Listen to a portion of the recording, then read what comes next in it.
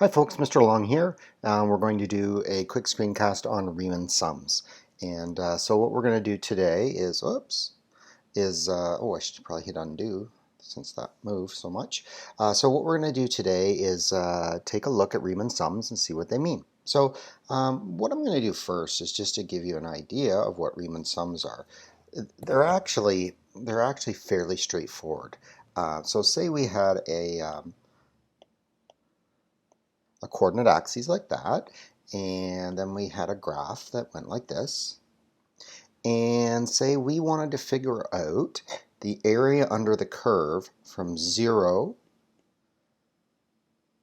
to 2, and we wanted to do it by drawing a single rectangle. Well, there would be three ways of doing that. Okay, three ways of doing that. And so the first one would be this. The first one would be to draw my rectangle where I decided that I'm going to get my y value at the left side at x equals 0, and I would draw a single rectangle across. Oh, so the goal here is I have to use a rectangle. Okay, I must use a rectangle to get the area. So I would estimate my area under that curve based on that rectangle. That's called a left-sided interval. It's when I take the y value for the interval from the left side. Okay, so that's a left-sided interval. Well, what's another option? Another option would be to go from 0 to 2 again. 0, 1, 2.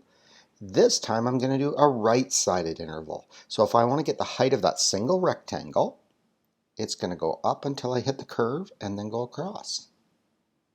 Okay, so that's a single rectangle, but I'm getting the y value, the height of the rectangle, on the right side of the interval. So again, I'm getting the area under the curve with a single rectangle between 0 and 2.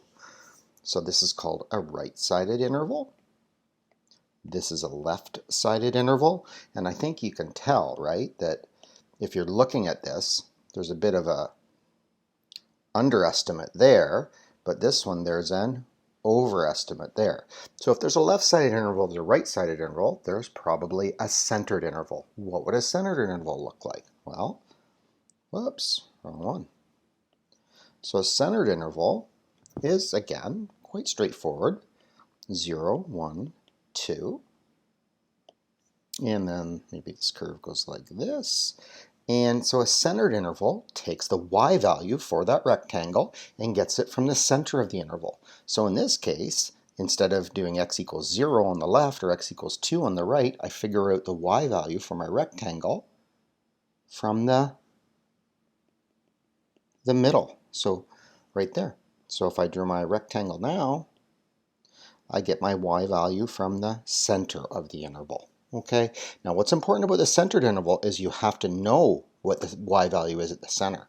If this said just 0 and 2, for example, and there was no x value at 1 that I could figure out from the graph, well, then I wouldn't be able to use a centered interval, right?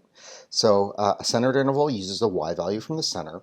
The last type of interval that we learn in this course, and there are others, there are different rules, like something called Simpson's rule and stuff that you'll learn in university. So another type is, as I said, or as we learned in the fall actually, is the trapezoidal rule. And I call it the average height rule because I find doing the trapezoidal formula to be a bit of a pain. So the way I would do this is 0, 1, and 2 again.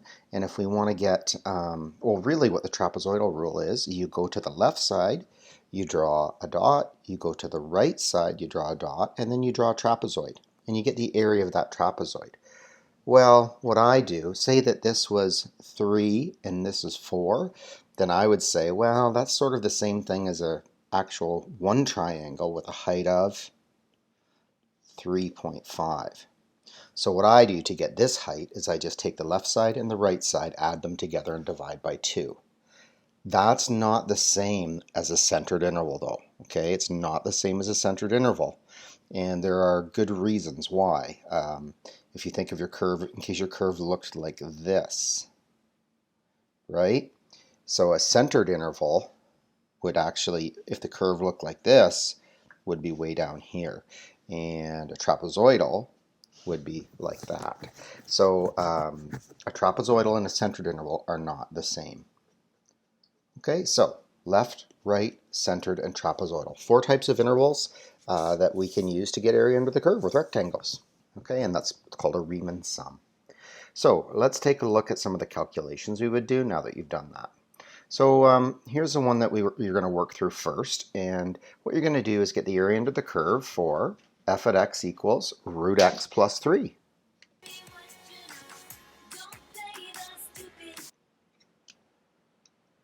Okay, so we're going to get the area under the curve for root x plus 3 between x equals 0 and x equals 8. We're going to do that with what are called Riemann sums with rectangles.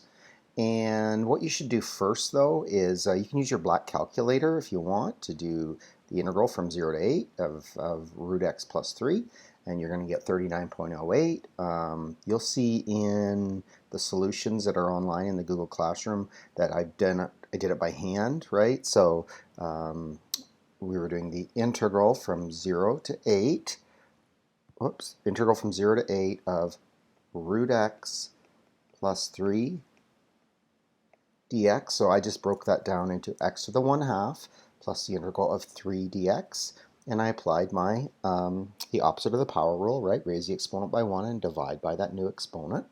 And I went through all that process, and it worked out to being 39.08 as well. Okay, so you can go through that process. You don't have to go through, like you can actually, you could probably go, in terms of steps, you could assume you could use a calculator, and you're going to go right at that point, you're going to substitute that into your calculator, 2/3 8 to the 3 over 2 plus 3 times 8, and you're going to get 39.08.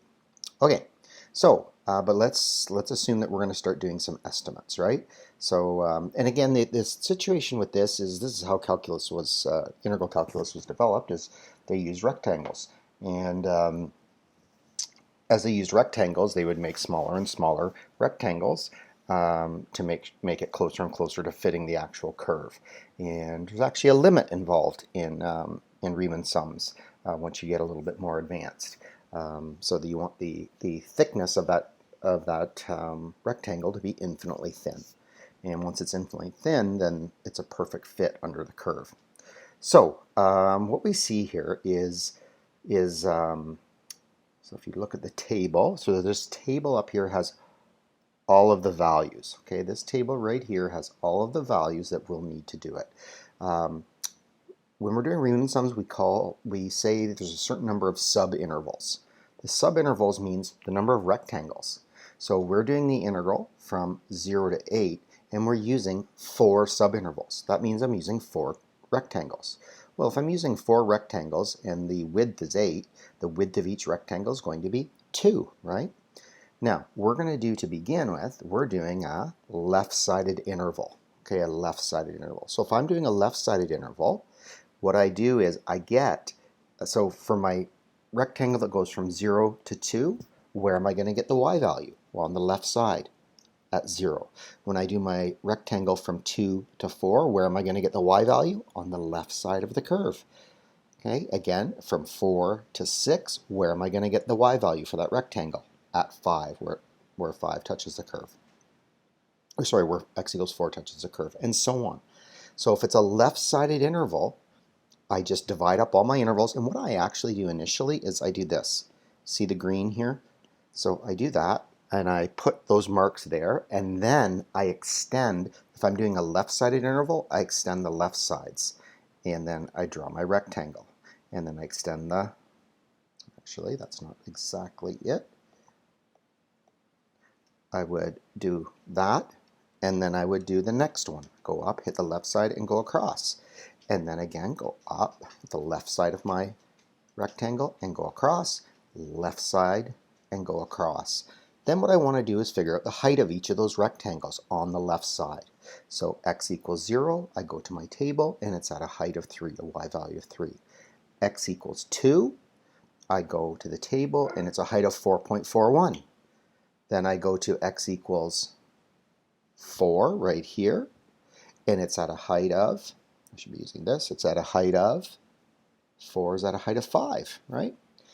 Once I've done that, then I start to get the areas of each rectangle. Okay, the areas of each rectangle, and I add them all up.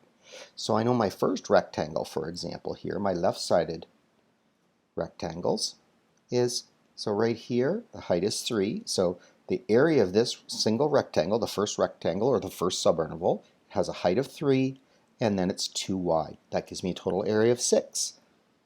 Then I go to the next one. It has a height of 4.41 right here. Again, a width of 2, and it's 8.82. I do that for each and every one of the rectangles in the integral, and then I add it all up. Now there's a bit of a trick to this. So if you think about it, it's 3 times 2, 4.41 times 2, 5 times 2, 5.45 times 2. It looks to me like 2 would be a common factor when I'm adding all of them up. So the way that I do it is I put a 2 out front, right? Because it's going to be 2 times that, 2 times that, 2 times that, and 2 times that. So instead of just multiplying by 2 each time and adding it all up, all you have to do is add up all the y values and multiply by 2. Now, of course, that only works if the rectangles are of equal width. Often on the AP exam, they won't have the rectangles at the same width, just to make it that much more challenging. So when we do that, it works out to 35.72. Now, if you remember back, what was the actual answer supposed to be? Well, the actual answer, the real answer, is 39.08 is the area under that curve. So it looks to me like 35.72 is an underestimate. And you can see the area that's been shaded in, right, to see where it's an underestimate. So that has something to do with being a left-sided interval, and then, of course, the fact that the rectangles are going to be under the curve. It's also related to the fact it's an increasing function. Okay, so after that, what we do is, I know we're at 12 minutes here, so I'll finish this up quite quickly. So what I did here for the right-sided interval, and I'll just show you again the process that I take, is, again, to start, I draw my beginnings of all my rectangles, right? And this time I know I'm doing a right-sided interval. So I go up and I hit that curve and I go across, okay, and come down. I go up, I hit the curve and go across. I go up, I hit the curve and I go across. And then I go up once more and hit the curve and go across. And now I've got right-sided intervals. Okay, so that's a right-sided interval on an increasing function. Notice the shaded part here. Is it above the curve or below the curve? Will that lead to an overestimate or an underestimate of the area?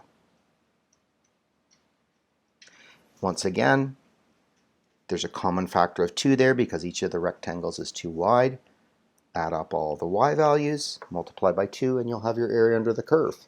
And then you can compare that to 39.08 to see if it's an under or over estimate. Let's look at the centered interval. Okay, with the centered interval, what I do is I go again from 0 to 2, 2 to 4, 4 to 6, 6 to 8.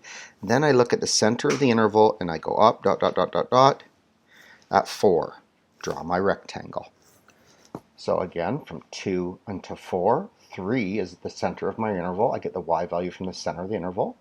I draw a rectangle, okay, and so on. And when I go to the table, I have to pull the centered values. So on the table, I'm going to look for x equals 1, the y value is 4. X equals 3, the y value is 4.73. X equals 5, the y value is 5.24. Okay, and 5.65. And again, 2 multiplied by the sum of all of those y values. And you can look at that, it's awfully close to 39.08. Okay, the final one that we do is the trapezoidal. Now the trapezoidal interval is, again, I'm calling this the average height interval. Okay, the average height interval, because what we're doing here is we're getting the height on the left, the height on the right, and then if I take this number and this number, add them together and divide by 2, that gives me the average height of the trapezoid. Okay, and that just takes into a single rectangle like so. Not a centered interval. okay, not a centered interval. Your results will usually be very close to the centered interval, but it's not a centered interval, okay? And you can see here whether it's an over or under estimate. The trapezoid, I think, you can see here with an increasing function in a trapezoid, it's still going to be a bit of an underestimate. But again, the way I do it, you can use the trapezoid formula. I find that to be just a little bit complicated. So I just add the left and the right y values, divide by 2 to get the average height. And then again, you can see the calculation here, 2, and then these are all the average heights for each interval. Okay, so that's your trapezoidal rule. All right, so I'm not going to go through the conclusions, but what I would encourage you to do is to go through the investigation, print out the pages, go through the investigation. The first 2 pages are one's basically very similar to the other one, except one's an increasing function, one's a decreasing function. So that gives you an idea of where the overestimates and underestimates come from. And the 3rd page is some practice questions. And you're going to do some practice questions to get area under the curve with Riemann sums, different types of Riemann sums. You should be able to work through that now. Okay, so good luck. We've done a bit of this before. I think you'll be fine getting through this.